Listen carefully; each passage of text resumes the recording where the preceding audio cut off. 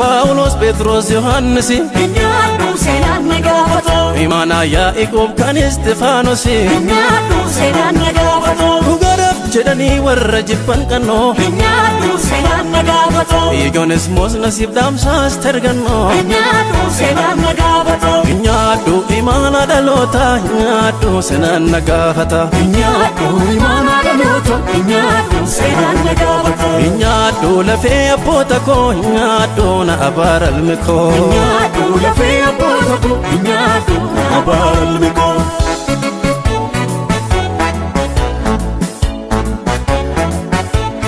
Akkam jirtu dhaggeeffattoota keenya nagaan gooftaa isiniif haa ta'u iddoo jirtan hundumaatti warri nu hordofaa jirtanii egaan guyyaa irraa qophii addaa qabadhee isinii dhiyaadheera. Qophii koo keessatti luba Fiqiruu Itichaa wajjin turtii taasifna. Egaan lubni Fiqiruu Itichaa waldaa Oromoo warra Wangeelaa Ebenezer irraati. Isteeta Minnesotaa jechuu kooti.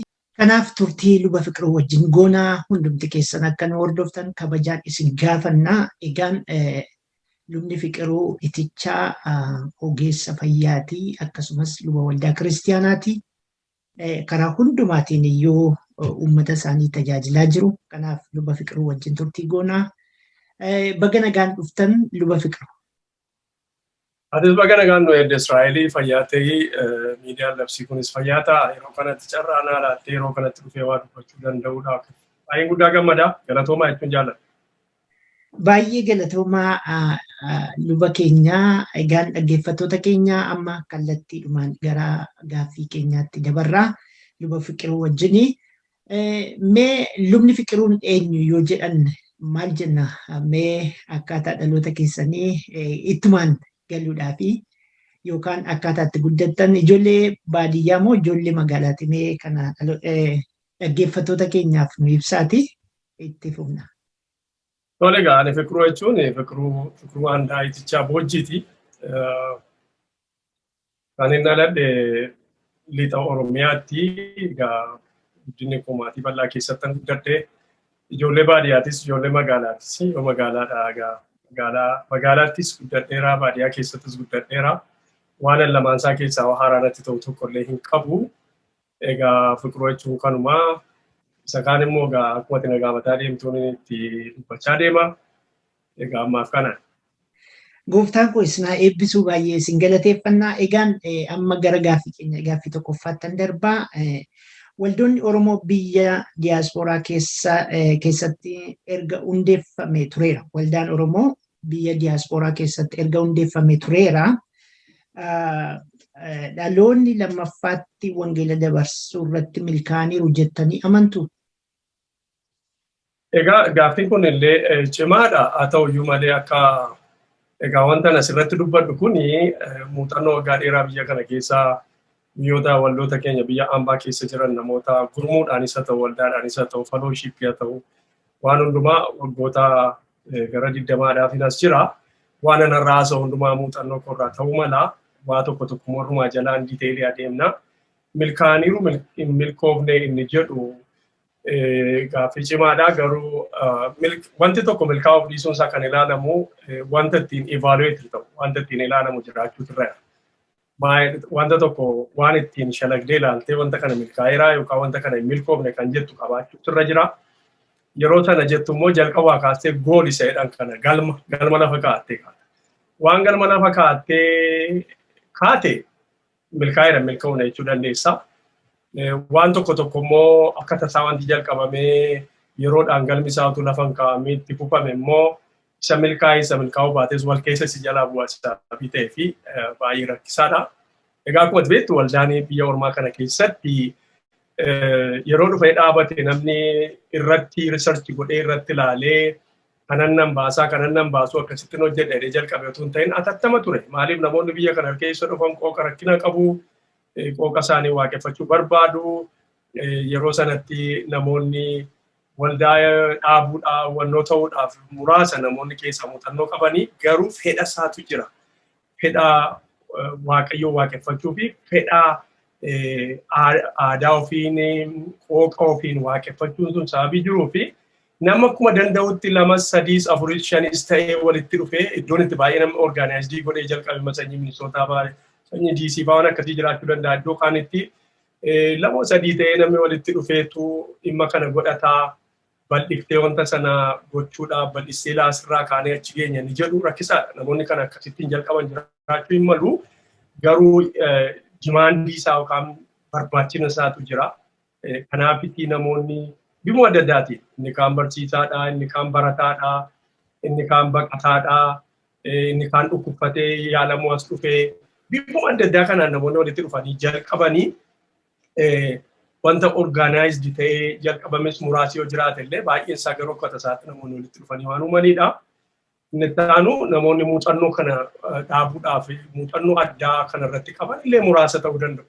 Fedharraa gargaarsa waaqayyoorraa walitti dhufanii kadhachuurraa mul'anna achi keessa namaa dhufuurraa kan hafe akka kanatti jalqabnaa yeroo akkasii akkas ta'a akkasitti akkas ta'a inni jedhu kana namoota muraasa yeroo kanatti kana gochuu kan danda'ani. Egaa akkan ilaalutti waldaan Oromoo gara 80 keessaa 1980 keessa iddoo kana naannoo biyya Oromoo kana keessatti kan onnoo ta'e waggaan lakkoofsiseedhaa fi milkaa'ina amma keessumaa gara ijoollee fayyumatti kan intimiina taate milkaa'ina sana wal bira yeroo qabdu rakkisaadha. Sababiin isaa maalirratti hundaa'a, voolonteerii irratti hundaa'a, namni kun hojjetaa, ijoollee guddisaa, sana godhaa, kana godhaa sababii ta'ee fi itti gaafatamummaatiin cululuqsee hojii makooti jedhee kan hojjetu muraasa. Egaa isa kana keessatti wanti tokko akka barbaadan ta'uu dhiisuu mala keessumaa karaa ijoollee kana wanti gaggaariin jira.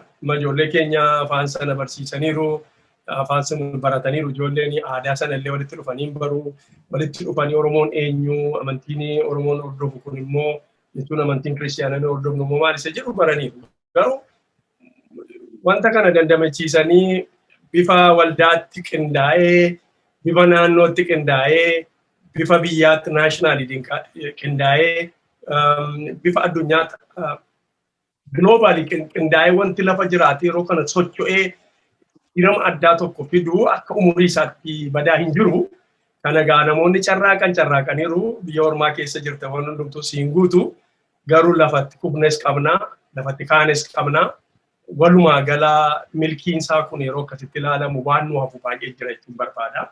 Sammuu irrumaa jalaa maal wayyeessa jedhu fooyyeffataan adeemama garuu carraaqina guddaan ta'eera. Ijoolleen keenya ba'anii wangeela fuudhanii asitti baratanii afaan adda addaan namoota adda addaan biyya adda addaa keessa misiyoonii ta'anii ol deemanii gad deemanii akka sanatti hojjechuun badaa hin mul'atu.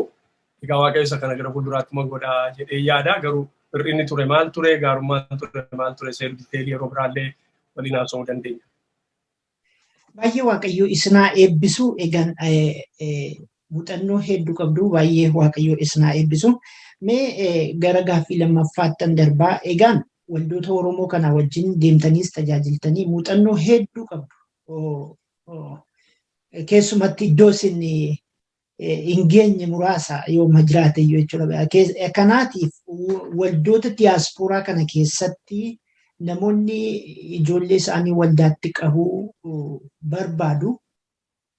Haa ta'u malee milkaa'uudhaaf hin dandeenye. Hin dhama'u garuu baay'ee milkaa'uu hin dandeenye. Maaliif jettanii yaaddu?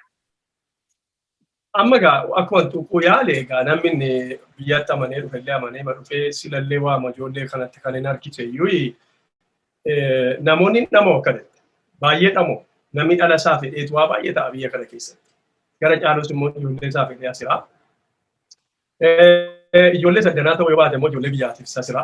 Namni yeroo addana jiru waa tokko karaa lama jireenya maatii isaa, jireenya ollaa, jireenya firaa jijjiirumaaf asira.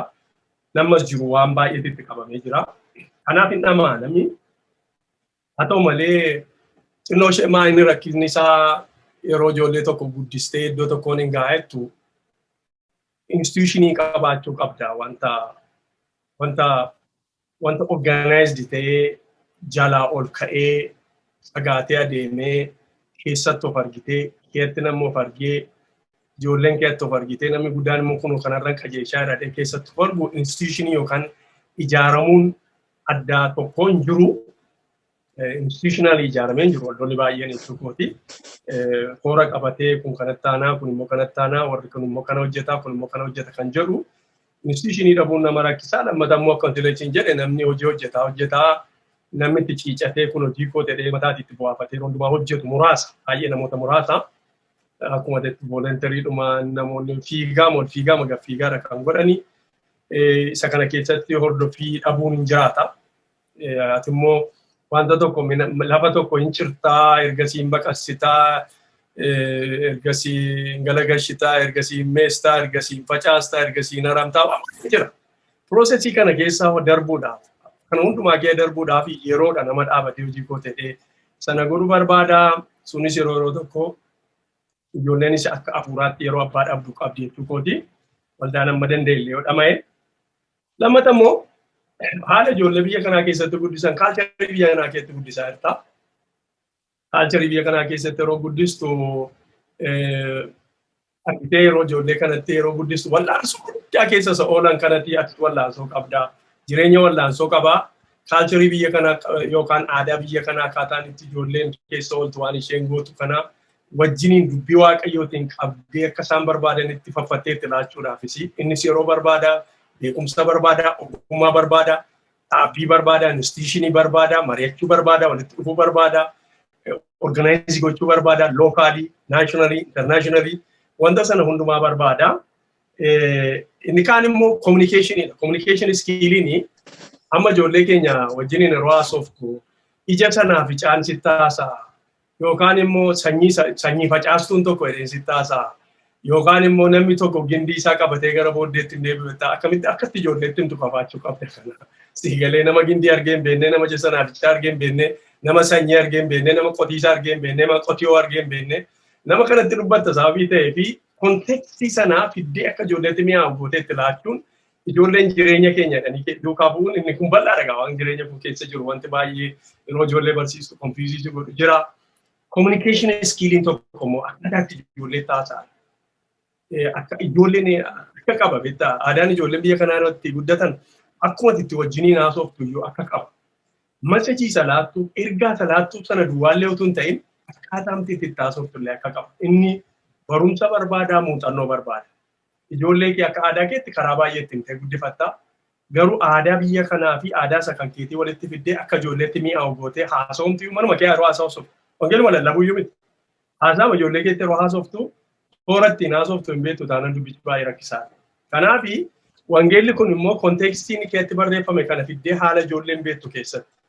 Ijoolleen tokko biyya kana foonni waan lafaa biqilu kan itti fakkaatu jiraachuu danda'u. Walitti xinnoon maaliif horii qalamtu argiteen beekanii daakuu qalamtu argiteen arganii beekan sababii ta'ee fi yeroo madaqanii guddataa deemanii baraa dhufuu siiliidhaanis ilaalaa waan adda addaa ilaalaa dhufu malee wanti xinnoo ishee isaa akka inni ba'us waan beektu qabu. Akkuma kana wanta sana fiddee aadaa keetti gochuun, kominikeetii wajjin gochuun, kontekstii kee keessatti, haala kee keessatti fiddee ijoollee kana mi'eessitee, urgeessitee itti laachuu, mi'eessitee jechuudha, urgeessitee itti laachuu mataan isaa rakkisaadha. Argitee egaa waan baay'ee jira, wanta ijoolleen hubachuu hin dandeenye. Amma fakkeenyaaf sitti hima, yoo wanni isaa dubbifanne, namoonni baay'een biyya kanaa ijoollee isaanii waldaa warra adiitti geeffatu miti. Waldaa warra adiitti geessu kun beekamaadha. Waldaa isaanii jibbame, qooqa isaanii jibbame, nama isaanii jibbame. Wanta ga'aa ta'e ijoolleen kun booddee namoota wajjiniin kaalleejii yeroo jirtu, haayiskuulii yeroo jirtu wajjiniin haasoftu akkaataa sanatti hafuuraa fi oolmaa ijoollee sanaa approach yookaan immoo itti dhiyeenya ijoollee sanaa nuu baru jedhanii geessu. Maaf beektu kan iddoo kana sababii dhabaniif. Amma immoo waldaan Oromoo kan baranjii sanatti amma kaatee amma gootuu hin jennu waan dandeenya keessaa godhachuu. Waan dandeenya keessaa mari'achuu akkamittiin isa kanatti qabeessu isa kanatti fiduu dandeenya isa kanatti fakkeessuu dandeenya ta'ee nuti mari'achuu nurra jira malee halkanuma tokko kaanee akka isaaniitti waa hundumaa orgaanaayizii godhanna isa jedhuun lallabaa jira. Kanaafiti namoonni ijoollee isaanii achi geeffatu. Maaliif ijoolleen kun kolleejii yeroo dhaqan iddoo adda addaa dhaqan namoota biyya naa qooqa adda addaa aadaa adda addaatti ekspoontii qabu. Akkuma ittee waama ofii kee beektu duwwaatti hin ta'u ta'e booddee ijoolleen kun achi dhaqanii waan isaan ta'uu danda'a waan baay'ee jira. Amma gabaabsuu naa wayya malee ijoolleen yeroo kanatti hidhattee aadaa isa sana keessa kana keessa utuun qabaatiin wangeela kanallee sirriitti hidhattee devooshinii kanallee namaa hiruu yeroo dhaqqabdu kadhannaallee akkaataatti kadhatan kana qooqa kanaan yeroo hin baratiin ol dhadhu warra kadhatu wajjiniinis warra amanu wajjinis warra namanne wajjinis akkaataa itti jiraattu dhabdu. Warra namanne wajjin jiraachuu fi akka kanatti hin guddifne Kiristoositti hin ta'e guddiste biyya lafaa kee rakkina jirutti hin ta'e guddiste akka warra waaqeffatuutti immoo jiraachuu devooshinii isaa sagalee waaqayyoo hiruu isaa maaloo isaa interaaktii gochuu isaa Ingiliffaa dubbachuudhaaf dubbii waaqayyoo dubbachuun adda adda. Dubbii waaqayyoo sana akka dubbii waaqayyootti dubbachuudhaaf ijoolleen itti ilaanne taanaan dhaqaniitu horma ta'u jechuudha. Kanaaf itti namoonni yeroo baay'ee achi geggeeffatu siin jechuu fedhaa. Maaf dadhaban inni jettu organizing miti baqannaa dhufne hojiitu jira lammata immoo wal ijaaruu dhiisuun jira. Yeroo tokko rakkinuma qabnaa kanaaf akkas ta'e excuse sana duwwaa kaa'u miti. Wal ijaarree walitti himne ijoolleen keenya akkamittiin itti fiixaan bahuu dandeessi akkamitti itti himnaa akkamitti communication skillii keenya jabeeffannaa akkamitti wangeela kontekstii isaanii keessatti itti ilaannee itti mi'eessinee urgeessinee itti ilaannaa akkuma yeroo ittoo toshitee itti laattu midhaan toshitee itti laattu akkamitti wangeela immoo itti mi'aayee nyaatti isa jedhu irratti mari'achuun nuuf ta'a. Kanaaf dadhabbii akkasii jira siin jechuuf hin jedhu. Gooftaanis na eebbisuu baay'ee namatti tola gaaffiin keessanii deebiin keessanii kanuma irratti mee luba fiqiru egaan dabalataan akka nu ibsitan kanan barbaadu waldoonni tokko tokko ijoolleedhaaf paasterii yookaan luba qaxaranii luba jechuun luba dargaggoota yookaan luba ijoolleedhaaf qaxaranii hojjechiisaa jiru. Kan akkamittiin ilaaltu mee dhiifama isuma isinirraa kaatan ammaa kanarra dhaabadhee tan gaaffii kana isinii wanni ta'e akkamittiin ilaaltu kan? Luboota namoota dabraa qooqa sana danda'an fidanii qacaraniitu barsiisuu jettanii? Eeyyee. Akka itti ilaalu ani adiinis gurraachis diimaanis magaalli isaa barsiisu dubbii sagalee waaqayyoo sanaa aadaan ijoollee dubbii tokko barumsa qulqulluu. Barumsa baay'ee qulqulluun taane baay'ee jira biyya lafaa kana keessa. Barumsi qulqulluun suni waan isaan baratan eessaa akka dhufu, waan isaan irraa baratan kontekstiin isaa eessaa akka dhufu. Yoo wanta maxxanne ta'e eessatti maxxanee eenyutu akka godhee isa jedhu kana qulqulleeffachuudha tokko. Lammaffaan immoo dubbii sagalee waaqayyoo kanaa yeroo barsiisan ijoolleen kuni dubbii waaqayyoo maalummaa ofii isaaniillee barachuu. Nu amma ofii keenya jaallattu taana waaqayyoo hin jaallattu. Hojii harka waaqayyooti ati sababii ta'e. Ijoollee kana qooqa isaan danda'aniin aadaa isaan danda'aniin nama qacaranii barsiisuun baay'ee dinqiidha. Isa birattuu tufdee immoo akka ijoolleen kun immoo kallattii keessaa immoo hin baaneef akka keenyatti aadaa babbareedaa baay'ee qabu. Kan ijoolleen keenya amma yooma afaan illee barte ijoolleen afaan egaa waldaa duwwaatti barsiisu miti namni waldaatti barsiifachuu barbaada. Warri waldaatti ijoollee isaanii afaan barsiifachuu barbaadanii inni dogoggora jedhee yaada. Afaan manumaa kaasteetti kan itti barattu harka 195 mana keetti baratta harka 5 iddoo dabiraatii bu'atta waldaarra. Yaadi waldaa immoo afaan Oromoo barsiisuun baay'ee dinqiidha. Afaan Oromoo barsiifneerra waldaa keessatti nuyi gara fuulduraattis hin barsiifne. Garuu ijoolleen dubbii waaqayyoo isa jiraataa sana afaanuma kamiin isaaniif galuun yeroo baranii fafa tokko iyyuu hin qabu. Garumaan nama qooqa isaanii danda'u, nama aadaa isaanii danda'u, nama barumsa isaa qabu, approachii isaa, communicationii isaa hundumaa kan danda'u itti qacartee barsiisuun wanta dogoggora qabu. Isa biratti immoo vaaliyuu maalummaa keetiis kennuuf hin gaariidha. Maaliif Kiristoos maalummaa kee hin jibbu taabii ta'e wangeelicha cabsitee itti laatte ijoolleen kun immoo aadaa miidhagaa ta'e aadaa kabajuu, aadaa walii owwaachuu, aadaa nama guddaa kabajuu, aadaa walii isaanii kabajuu, fuudhaaf heeruma kan keessa kan jiru waan miidhagaa babbareedaa qaba. Isas immoo biratti barsiisaa. Yoo adeemani eenyuyyuu dhufee yoo barsiise qulqullummaa dubbii waaqayyoo eeggate wanta faallaa maalummaa kee wajjin hin adeemnes faallaa waaqayyoo wajjin hin adeemne erga godhanii booddee abbaan fedhe barsiisee rakkina iyyuu hin qabu. Haa ta'uyyuu malee namootni kana danda'anii godhaa jiranis immoo baay'ee muraasa. Baay'ee muraasa. Waaqayyo immoo jedhi namoonni amma kaka'anii namoonni barsiisaa jiran amma Oromoo keessaa namni tokko lama ijoolleen ka'anii barsiisaa jiran illee immoo jiraatu biyya kanatti kan guddatanii qooqasii kan beekanii aadaa isii keessa rakkina isii keessa kan darban illee waaqayyo muraasa immoo jiraatu. Garuu akka dheerina biyya kana keessa turreef namoota akka sanaa baay'ifachuu hin dandeenye nuyi. Isa kanaaf wanti guddaan afaanuma sanaa baranidha. Amma ankoo malee afaan Oromoo malee yoo jette amma taatee wannoo isaatu dhaqee wangeelaa wajjin afaan Oromoo barachuun sitti himu. Afaan Oromoo barachuun dubbii waaqayyoo akka aadaa keetiitti cabsitee ittiin baruudhaaf si gargaara. Booddee hojii irratti afaan Oromoo beekte taanaan ijoolleen laangweejii yeroo beektu biyya kana iddoo hojiin kee baay'ee fudhatamaa ta'aa dhufa. Internationally deemtee hojjechuu dandeessaa. Injiineriis ta'ii, daakteriis ta'ii, riisarcheriis ta'ii, lubas ta'ii, mishinariis ta'ii afaan tokko afaan dabalattee baruuni hojii kee irratti xaafuraa duwwaa miti baay'ee barbaachisaadha. Lammatas immoo afaan sanas booddee ittiin barreessuuf, dhaabuuf, afaan abbaa kee, afaan akaakayyuu fi afaan abaabilee keessa tumsuudhaafis hin ta'a. Wangeelas yeroo ittiin baratte terminoloojii baay'ee qaba. Afaan Oromoo bal'atu baratanii. Garuu isuma duwwaan malee yeroo jettu ijoolleen kee yeroo isa keessaa gadi baatee iddoo biraa dhattee hojiidhaafis kolleejiis, yuunivarsiitiis iddoo adda addaa dhattu akka silasiin jedhee dhattee interaaktii gochuu dadhabuun dhimma jiraata. Afaan sanaanis baruu ijoolleen si'a tokkotti afaan 7-8 bartee hafee danda'amee innaan utuu afaan bal'isanii barsiisanii isa kanaaf rakkinni hin jiru. Garuu isa malee isa duwwaa malee immoo jedhanii amma nama biraan jiranitti gammadu malee boru ijoolleen nama biraa iddoo adda biraa yeroo deemtu afaan kan biraan ciicattee sirriitti hin barreessaa bitee rakkisuu danda'a. Waaqayyo isna eebbisuu baay'ee namatti tola. Egaan gaaffiin koo inni sadaffaanii waa'ee ijoollee irratti hundaa'eeti jechuudha. Ijoolleen egaa waldaa diyaaspooraa kana keessaa waldaa Oromoo diyaaspooraa kana keessaati erga barumsa isaanii kutaa gadaan yookaan kutaa 12ffaa fixanii gara kolleejjii yookaan gara yuunivarsiitii yeroo deeman deebi'anii waldaatti hin argaman. Rakkinni kun maaliif? Amma gaa maal sitti fakkaate akkuma sila siin jedhe ilaaga amma kana wanta nu badhe irraa waan muraasa nu badhe malee dhuma hin qabu. Deebii amma gaaffii mana gaafatte deebii dhuma hin qabne jira.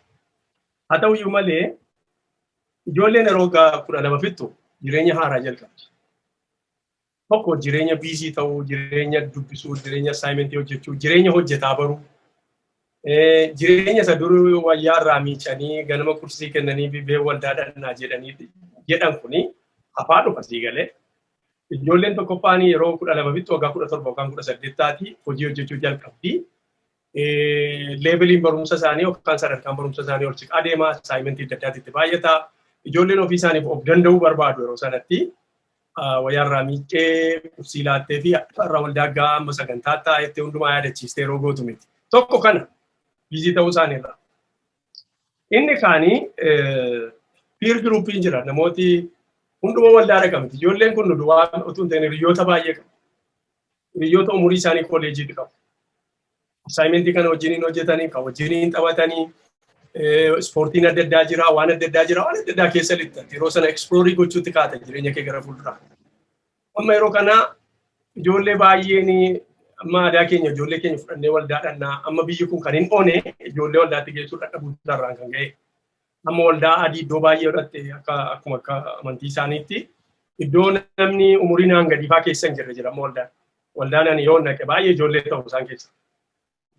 Yoo waldaa isaanii dhaqee namni ijoollee dheedhanaan afaa yeroo ta'u jira namni hanga gadii hin jiru jechuudha. Maa jechuudha kuni ijoollee kana waldaatti. Ijoollee warra isaan dhaqanitti makaman kuni waldaan naqa yeroo jettuyyuu waldaan naqa waan akkasiitti jiru. Kanaaf peer groupiin isaanii sin naqan isaa bitee namni si bira jiru waan inni godhu goota. Influensii sirratti qaba, humna sirratti qaba. Inni kunis jira. Ijoolleen 12 yeroo fixxu maaliif achi hin deebiitu. Lammataa immoo inni guddaan akka namni dhagahuun barbaada. Yeroo baay'ee waaqeffannaan keenya akkaataa waaqeffannaa keenya biyya kana afaan Ingiliffaan boring jedhu. Jechuun yeroo saayii fudhattee yeroo afuurri qulqulluun jedhe ittiin fixaa'edha namni yeroo sagantaa jalqabu. Argitee biyya kana keessaa meeqatti jalqabdaa meeqatti fixnaa amma ijoolleen yeroo du'a gahidhattu achuma geenye walakkaa sa'aatiif deebina jettaa ataasa'uu jalqabda. Amma yoo walakkaa sa'aatii hin taaneedhu sa'aatii 2 sa'aatii 3 booddee ta'anis maal ammayyuu hafa naa hurnaan jettamini kunoo sa'aatii 2 teenyefaa jedhu warra isaaniini. Argitee kontekstiin sun ijoolleedhaaf hin galu.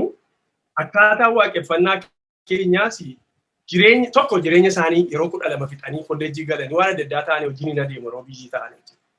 Lammata immoo akka durii sodaadhaan warrumatti dhumalee isa boorii godha ijoollee. Sa'aatiin isaa akkaataa waaqeffannaa isaa irra deddeebiin isaa redundansiin isaa namni tokko waan baay'ee irra deddeebi'ee haasaa ooluun isaa waan adda addaa jira. Waan itti tolus jira. Waan ittiin tolles jira. Amma gaa waanuma ijoollee wayyoo achiin oolu waldaa sana hin oolu jechisiisu waan baay'een jiraachuu dhiisuu mala. Inni kun jira. Warra sodaachuma duwwaadhaan warri dur dhaqaa turan jira. challenge adda addaa jira waan adda addaa jira ijoolleen amma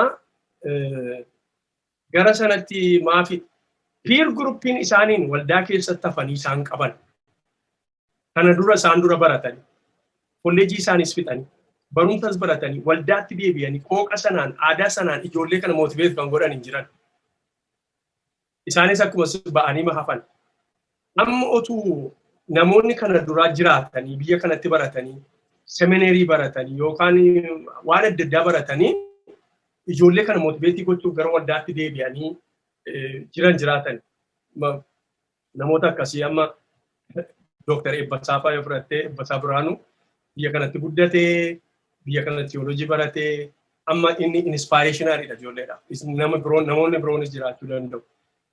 Namoota akkasiitu baay'ee qabaannee ta'e ijoollee kana tokko aadaa sanaan qabu qooqisuun jiraa haala keessa darbaniin wangeela kana makanii itti kennu akkuma amma Ebbasaan akkasittiin itti kennu kana nama akkasitti waldaa keessatti hafeetu ture nama sana kontaaktii gochuu deebi'u. Nama sanatti hariiroo nama sanaa wajjin qaban takkisee deebisa. Ijoolleen kun yeroo dhufanii isaantu siineriidha ijoollee keessaa isaa warra 12 fixeen isaantu siineriidha isaan booddee kan dhufee waldaatti makamee involve godhee waldaa keessa lixee maal ta'e isaan attract godhu jiru isaa bite. Akkuma siin jedhee biisii ta'u lamaffaa peer pressure jira inni taanu boringii ta'uu danda'a. Inni taanu immoo nama waan ilaalanii dhufan dhabuu dhiisuu danda'u. Kuni rakkina warraatiin jedhu rakkina warraa ta'uu dhiisuu mala garuu akka walii galaatti individually warri hundumuu ijoollee isaaniif har'as boreessittiin manatu keessa beeka ijoollee isaanii wajjiniin kadhachuuf ijoollee isaaniif kadhachuuf waa'ee ijoollee isaanii toomaaf sagadaan kadhachuuf ani wajjiniin hin ture saabii ta'ee fi peenii warraanaa gala. Garuu akka organizationii akka dhaabbiitti dhufnee maal ta'a jennee utuu mari'atiin barri nurratti ture.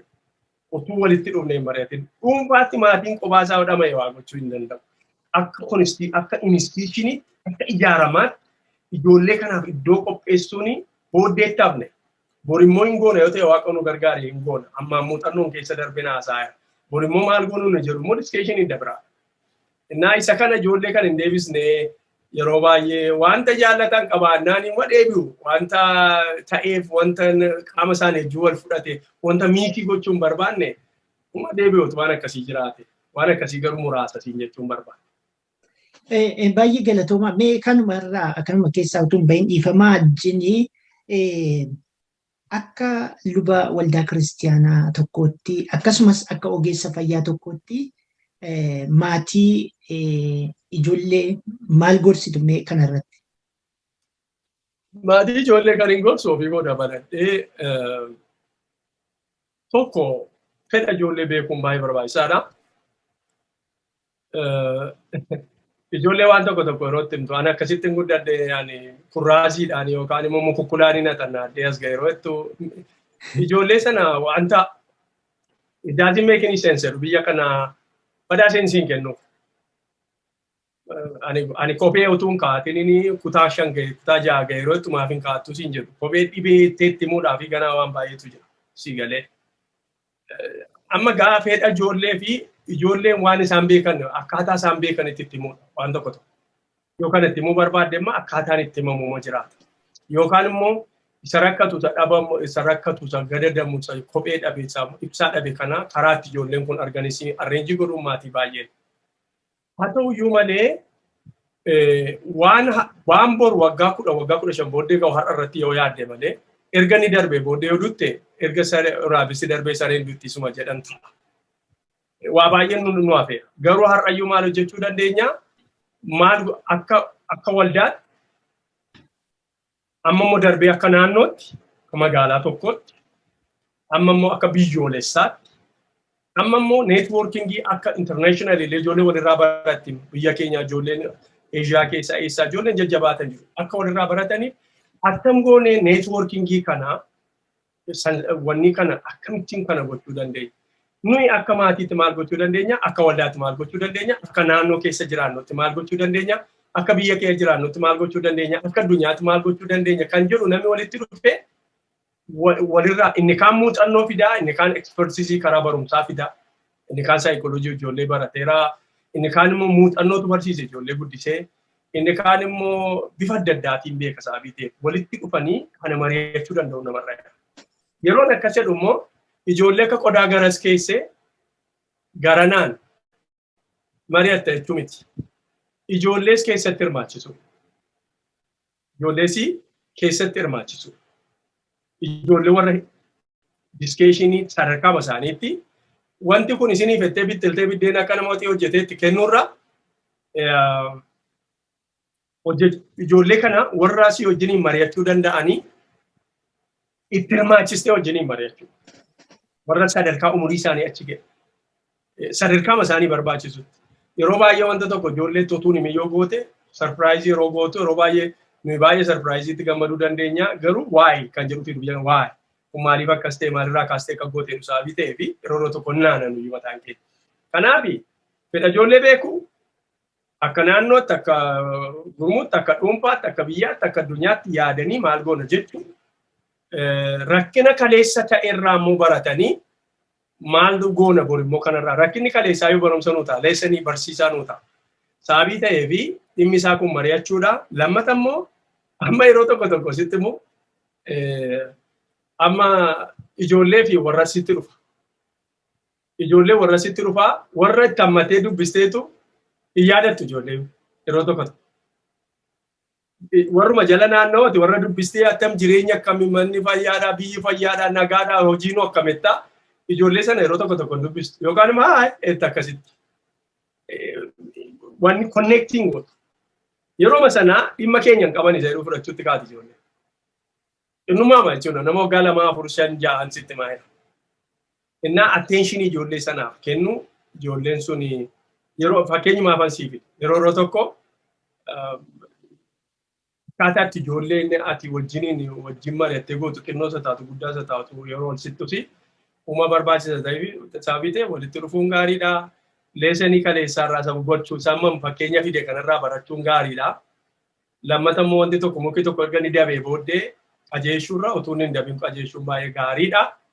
Namni keenya kanarratti suma dhama'u amma hojjechuun irra jiru hin hojjenne gara fuulduraattis immoo hin hojjenne. Yaada ammas ijoolleen dhalataa jiru sababii ta'e wanti booddee hafee hin jiru. Inni kaleessaa barumsa keenya nu taa'e malee ittiin wal ceephamuudhaafis as hin jirru. Egaa akkasiin gorsaa jechuudha lamma tokko. Baay'ee waaqayyo isinaa eebbisuu dhuguma yeroo waanuma nu mudatu har'a nutti himaa jirtu maaliif ijoolleedhaaf attentionii kennuu keessatti yeroo ol bira dhannu maatii dubbisna malee baay'ee attentionii itti ilaannu kanallee akka nu yaadannee attentionii ijoollee kanatti ilaanne illee ijoollee kana wajjin dudubbachuu akka dandeenyu illee nutti himtaniitu baay'ee waaqayyo isinaa eebbisu. Gaaffiin kun inni dhumaa namoonni ijoolleen keenya afaan keenyaatiin wangeela haa baratanii afaan keenya qofaatiin wangeela haa baratanii jedhan muraasni jiru. Isin akkamittiin kan ilaaltu? Akkuma sila siin jedhe kaasuu yaaleera. Daa'im gaaffii kee walakkaa deebiseera jirutti fakkaata isa duraa keessatti. Afaan barachuu anamma ofii kootii fi afaan biyyattis taanaanii asittis amma tokko xinnoo waggaa isaa tureera asitti biyyatti afaan Oromoo barsiisaa ture. Wangeela lallabuu nan barsiisan ture. Eegumsa fayyaa hospitaala keessatti iddoo adda addaatti afaan Oromoo barsiisan ture. Kana sana jechuudha. Afaan ofii beekuun afaan koo warra kan biraa beekuun iyyuu baay'ee dinqi. Akkuma sila siin jedhe tokko maalummaa kee yeroo afaan keetiin barturra baay'ee bartaa. Inni itti aanu akkuma siin jedhe hojii yoo hojjechuuf si gargaara. Maltiilinguwaal nama qooqa baay'ee beeku jedhamta. Even biyya kana qooquma beekuu keef illoo akkama tiimii fa'aa taate miindaan sii dabalamu jira. Qooqa 2, 3 Ispaanishii, Oromiffaa, Amaariffaa maal haasofta taana wanti sii kennamu jira. Rigaan qooqa sana beekte ittiin hojjettes dhiiste illee. Innaa inni itti aanu immoo konfidensii yookaan jajjabina uummatta akka afaan kanan beekaa abbaan manaan beeka jettaa sirriitti yeroo nama wajjin haasoftu turjumaan nuti si galiin ijoolleen keenya haasoftee biyya keenya yoo dhattee Horn of Africa waan kana nama baay'ee afaan Oromoo haasa'a yoo chillee hojiidhaaf dhaqan yeroo dhaqanii haasa'an yeroo guddatan hin gammadu. Lammata immoo kun siin jedhe wangeela seenaas yoo isaan bartee sitti tola aadaa wajjin wangeela calluma ittee dhaabattee lallabdee otoo hin ta'in safuu kee wajjin aadaa kee wajjin waan adda addaa kee wajjin afaan kee wajjin qooqa kee wajjin waan adda addaa wajjin yeroo wal makamu si gala. Hafuurri qulqulluun kan inni waan beektu sanaan understandii goota hafuurri qulqulluun immoo empower si godha akka ati more hubattu si godha. Egaa inni kun isa kana haa ta'u iyyuu malee wangeela yeroo barsiisu afaanuma kanaan yoo jette iddoonni ga'ee dhaabatu iddoo silaati. Iddoo silaa ga'ee dhaabatu. Waan hundumaa afaan Oromoon kolleejiis dhattee, yuunivarsiitiis bantee, injiinaringiis bartee, medisiiniis bartee, ijoollee wajjin taphachuu lafa ispoortii jiru hunduma isaa afaan Oromoon gochuu hin dandeessu biyya kana keessatti. Garuu biyya kana keessatti isaanoo dhimma isaan qaban yeroo gadhiisi ijoolleef yeroo laatti hin fudhatu. Isa sanas hin fudhatu, isa isaan gargaaru hojii isaaniif jireenya isaaniifi isa sibiraas hin fudhatu sirriitti itti laatamna. Lamaan isaayyuu fudhatanii guddachuu danda'u. Ijoollee warra Moongii faalaala biyya kana. Ijoollee warra Sumaalee faalaala. Akkuma nama biyya sanatti dhalatee qooqa sanas haasa'u, isa biyya kanaas akkasuma haasa'u, warra biyya kanaa wajjinis hin hojjetu, warra asii wajjin hojjetu, ijoollee warra Moongii faalaala dhattee fudhatte immoo achumatti wanta biyya isaaniitii reefu kaleessa dhufan sitti fakkaatu namoonni asitti dhalatan. Kana jechuun baalaansii gootee akkuma midhaan baalaansii gootee nyaattu, baalaansii gootee itti laatta malee isa kanarraa lagdee isa kana yeroo laattuuf inni lagatu sun gaaf tokko nyaata ta'e ittam goota. Mucaan koo anoonnoo kana hin jaallatu itti yeroo dhiistu gaaf tokko nyaati isa duwwaa yoo ta'e ittam goota. Kanaaf baalaansiidhaan itti laatta malee isa hin deeggaruudhaan kana duwwaa yoo ta'e malee afaan kana duwwaa yoo ta'e malee warra jedhanii ijoolleen kolleejii ga'anii maal jedhanii garatti nama wajjin kadhatan garatti divooshinii geggeessan garatti wangeela ingiliffaa beekuu duwwaa miti afaan wangeela kana himuudha. Qooqa wangeelaa waan adda addaa beekuu danda'u sirra jira. Hafuura sana keessa jiraachuu sirra jira. Wannoo sana qabaachuu sirra jira. Sababii ta'eefi identitii kee fi rilijinii kee amantii kee maalummaa kee wal qabatee sii deema. Sababii ta'eefi afaan kana barsiisuu isaa baay'een jaalladhaa isa duwwaa malee yoo jedhan garuu of gowwoomsuu ta'a jedhee namana. Kanaafi hunduma isaa baalaansii godhaniitti kennuun akkuma wanno. Si'a tokko amma yoo garmalee air conditioneriin sitti diilallaa'e gaarii miti yoo sitti to'es gaarii miti. Hiitiinis gaarii miti, air conditioneris gaarii miti. Kan inni gaarii ta'u giddu galeessa qaama kee wajjin body temperature kee wajjin yeroo walii galudha. Kanaafi lamaanuma isaayyuu diilalluma duwwaanaa wayya ho'an barbaadu yeroo jettu gaafa diilallaa rakkatta, gaafa diilalli baay'atu. Ho'a duwwaan barbaada yeroo jettu immoo bona kana diilalla barbaadu jechuudha. Kanaafi baalaansii godhaniitti kennuudha malee ijoolleen bor bakka na buuteettee 12 booddee waldaa keessa hin jiru taanaan of jajjabeessuu ta'a. Ilaa ijoollee warra kana warri bakka nu bu'anii ilaa mana isaa keessatti yeroo jedhu waggaa 20 ture keessa ijoolleen bakka nu bu'an badaa baay'een argine. Kanaaf xinnoo ishee of gowwoomsuunis barbaachisaa miti. Miidiyaa kanattis haa ta'u iddoon tokko namni sodaata dubbachuu. Ijoolleen keenya bakka nu bu'u karaa baay'ee sanyii keenyatti fufsiisuu, qooqa keenyatti fufsiisuu danda'u. Akka amantiitti garuu bakka nu bu'u jettee wanta sana utuu laatiniif bakka si bu'uu hin danda'an. Kanaaf ijoollee amma 12 fixanii waldaa keessatti ijoollee 2-3 argina. Yoo jabaatan waldaa guddaa keessaa ijoollee 3-4 deebi'ee argamu 12 fixanii. Kanaaf of jajjabeessuu irratti hojjechuun akka isaan bakka nu bu'aniif irratti hojjechuun baay'ee barbaachisaadha jedhee yaada. Egaan gooftaan koo isnaa eebbisuu luba Fiqiruu egaan ani gaaffii koo asuma irratti xumureera.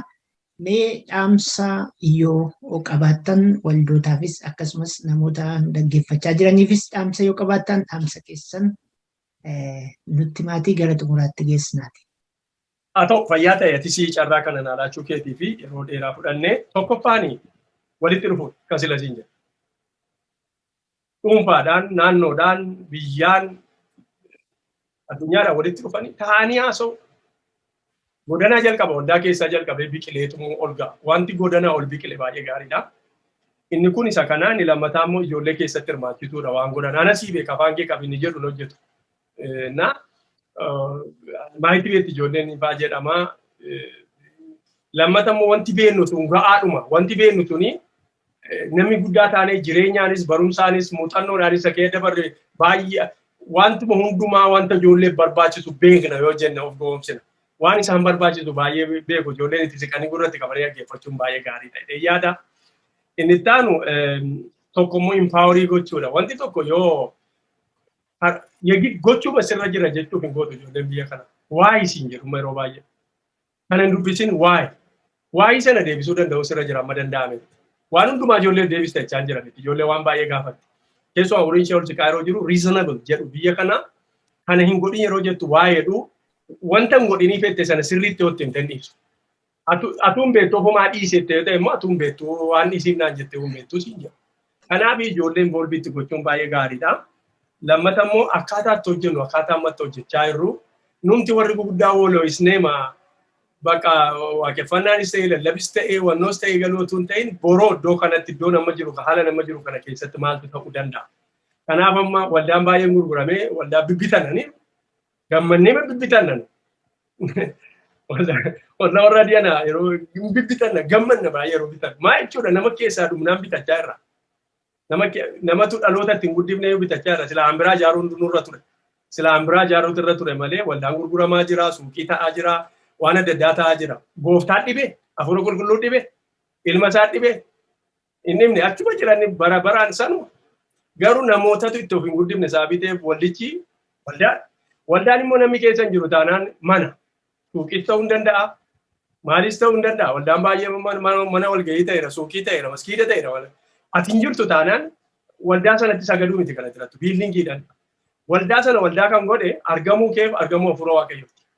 Namoonni yeroo baay'ee waldaa biildiingii masaayidaa nagaa argaddaa jedhu saayikooloojikaalii nagaa argachuu danda'a. Hafuurri waaqayyoo garuu iddoo hundumaa jira.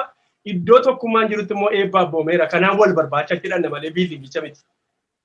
Kanaaf akka kanatti fooyyessuudha akka itti hojjetan. Ijoollee akka nama sitti hime tokko walitti dhufuudha. Inni taan ijoollee boolbitti gochuudha. Ijoollee kana mi'eessuu miidheeksanii itti kennuudha. Isumaan jedhutu sirriidha qoricha jedhanii hin ta'u. Qoricha yeroo baay'ee suma jedhan fudhatu tun ta'in sakimiin namaa kennu sin fudhatu saabii ta'eef isa kana dhaama liqimtuu inni kana dhaama fayyisaa inni kaan mi'aama fayyisaa isa qoricha erga ta'e hadhaa'es mi'aa'es qoricha erga ta'e fudhachuudha. Yaada tokko tokko ijoollee waan isheen jettu fudhatanii involvitti gochuun itti hirmaachisuun gaariidhaan jedha. Egaa kana akkuma mareeka muuxannooti booddee garuu muuxannoo jirurraa deemta waggaa ammanaa deemnirraa immoo waa baay'ees namoota baay'ee dabalannee caalaas ibsuu kan danda'an kana caalaa beekanis baay'ee jiru saabii ta'ee fi walitti dhufnee mari'anneetu gaa waa'ee ijoollee keenyaa waa tokko goona jedhee yaada baay'ee guddaa galatoominaaf heeruu keetii fi labsii miidiyaas waaqayyoo eebbisuu siinis Israa'eliin eebbisu waaqayyo. Egaan Waaqayyo gooftaan hunduma keenya haa eebbisu eebbifamaa Paaster Fiqiruu akkasumas dhaggeeffattoota keenya waan baay'ee gaa luba Fiqiruurraa akka baratan abdii qabna. Egaan sagantaan keenya yeroo kan biraas qophii addaatiin walitti deebina luba Fiqiruu wajjini. Egaa gooftaan keenya Yesuus Kiristoos hunduma keessan haa eebbisu irraa sagantaa kana hirmaattani. Egaa luba Fiqiruu gooftaan isin haa eebbisu ulfaadhaa isiniin jenna galatooma. Ameen atillee galatooma.